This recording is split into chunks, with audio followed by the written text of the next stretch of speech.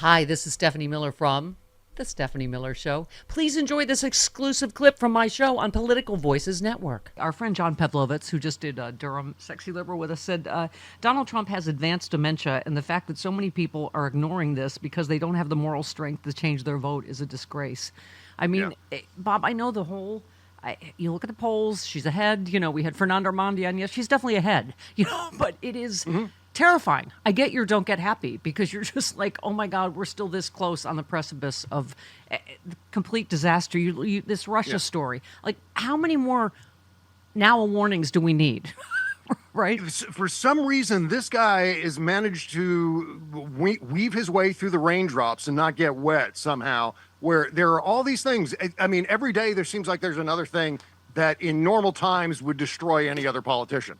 But Donald Trump keeps getting a pass every single time. And the New York Times just did a piece finally on his mental, obviously, deterioration. And I'm like, well, people are already voting. I'm like, I hope it's not too late for the mainstream media to wake up and go, crap. And between the horrendousness that we heard about from Bob Woodward's book yesterday to what happened last week, where Donald Trump referred to Purple Heart recipients that were injured on his watch, he referred to them as just having headaches. This is the sort of thing that, again, you talk about any... I mean, I always go back to the example of Howard Dean after the Iowa caucus, yelling into the microphone, going, "Yar!" And then that was the end of him. That was like the press just decided to write him off. Oh, well, Howard Dean's an unserious guy because he went yar at a rally. And the Mike was isolated and all those things. But Donald Trump does some sort of horrendous thing, some sort of trespass against ethics and morality and the values of being an American every single day. And the press is just like, well, boys will be boys. Let's just ignore that because he always does that. Bob, you did a bunch of bulleting, God bless you, on Threads. You know, you talk about Andrea Mitchell saying, oh, Kamala needs to do more serious interview, meaning with her. I mean, and you said, when was the last time Donald did an interview with a non-MAGA platform? Never. Practically in this election cycle. You said, I'm positive Andrea Mitchell doesn't know. He bailed on the traditional 60-minute segment, FFS. That means for F's sake. FFS, he chickened out of a third debate, and yet Andrea's anecdotal concern trolling is about Kamala, hack punditry. Thank you. And I'm glad she's doing the strategy she is. You retweeted Bradley Moss, who said, remember, when Tim Walz messes up which year he was in China in the 80s, it's a scandal. When he mixed up IVF with IUI treatment, it's a scandal. Trump straight up lies like this on a regular basis, and it's, oh, well, that's just Trump. He does these things. We cannot afford this double standard anymore, Bob. It's terrifying, and we're less than a month out. Well, here's what makes it so absurd is there was not only Andrea Mitchell, but this is happening all across at least obviously things are happening on Fox News that are just absolute madness. But in terms of the quote unquote respectable cable news platforms and op-ed pages and websites, this is happening almost every day. But yesterday it was so glaring.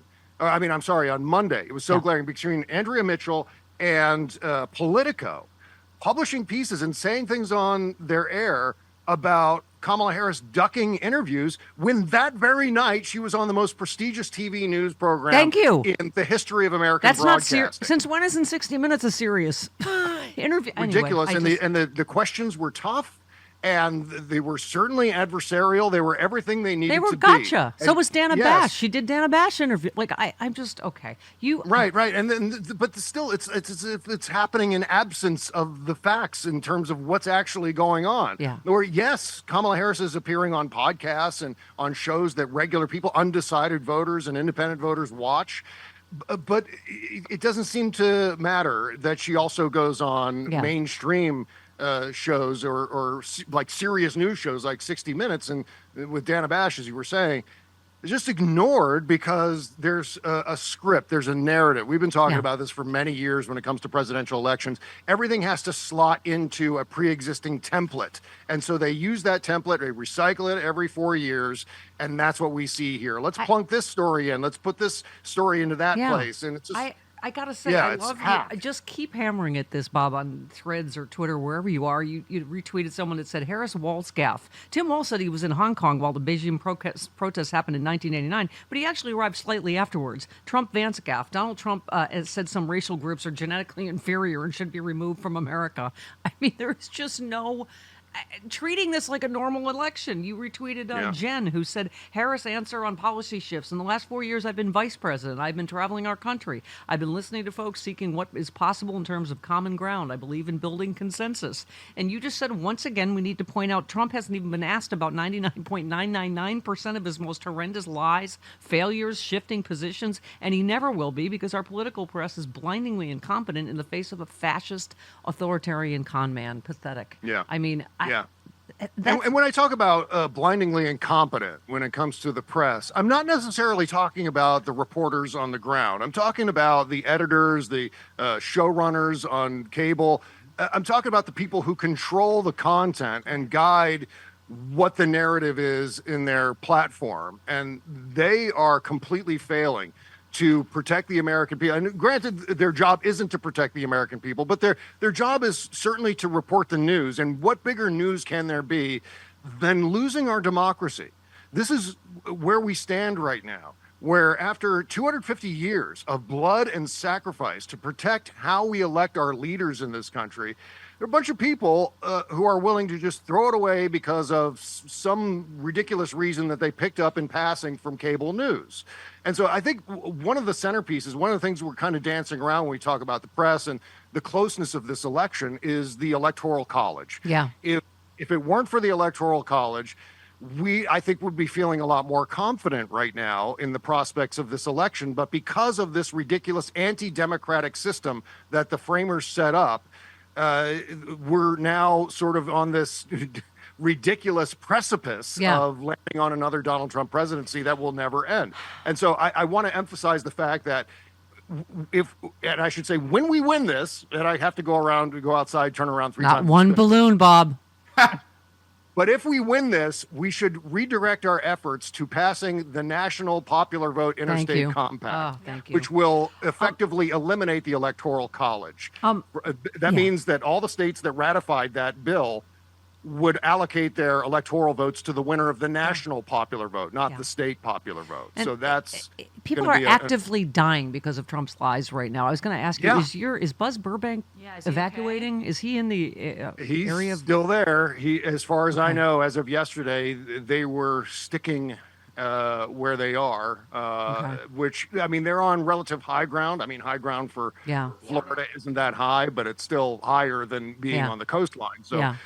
That regard, they're safe, but it's sketchy. I don't know what they're going to end up doing. Also, overnight, the trajectory seems to be going a little bit south of Tampa, which puts Tampa on the good side of the hurricane, not on the bad side of the hurricane. It's all it's headed more toward Fort Myers, that area, which is further south down the coast. You retweeted Ron, who said Hurricane Milton has intensified to a Category 5 storm. Here's Trump saying he's never heard the term Category 5 hurricane. How is this guy president? And you retweeted our friend Hal Sparks, who is you before you feed him and get him wet at midnight. But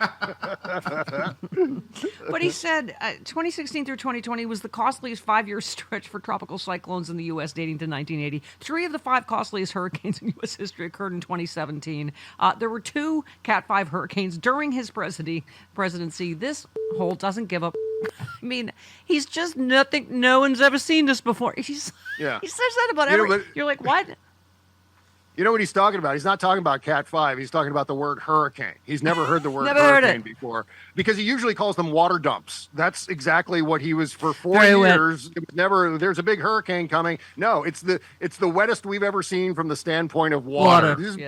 Great big water dumps. What's going on with the water dumps? This is how weird he is. This is how effed up he is. He can't produce. This is when he was president. He couldn't produce the word hurricane, so he had to substitute water dumps like a 4-year-old. Nuking hurricanes, pelting people in Puerto Rico with paper towels, lying that 3,000 people didn't die in Puerto Rico. Yeah. You know what? I'm with Dr. Erwin Redlener on your show last week, where he was talking about how stressful this is. Stress is just.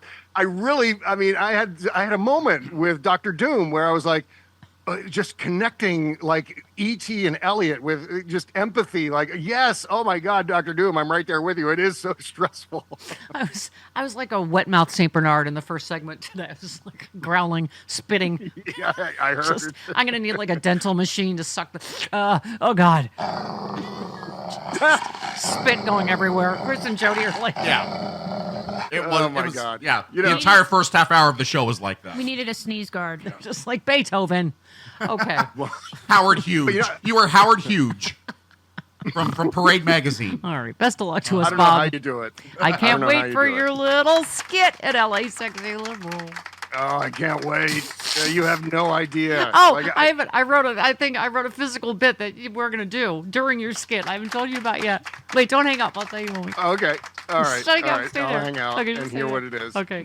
Well, election season is a sweet time of the year, right? As candidates coat their messages with lots of sugar to get your vote. Yeah, I said that.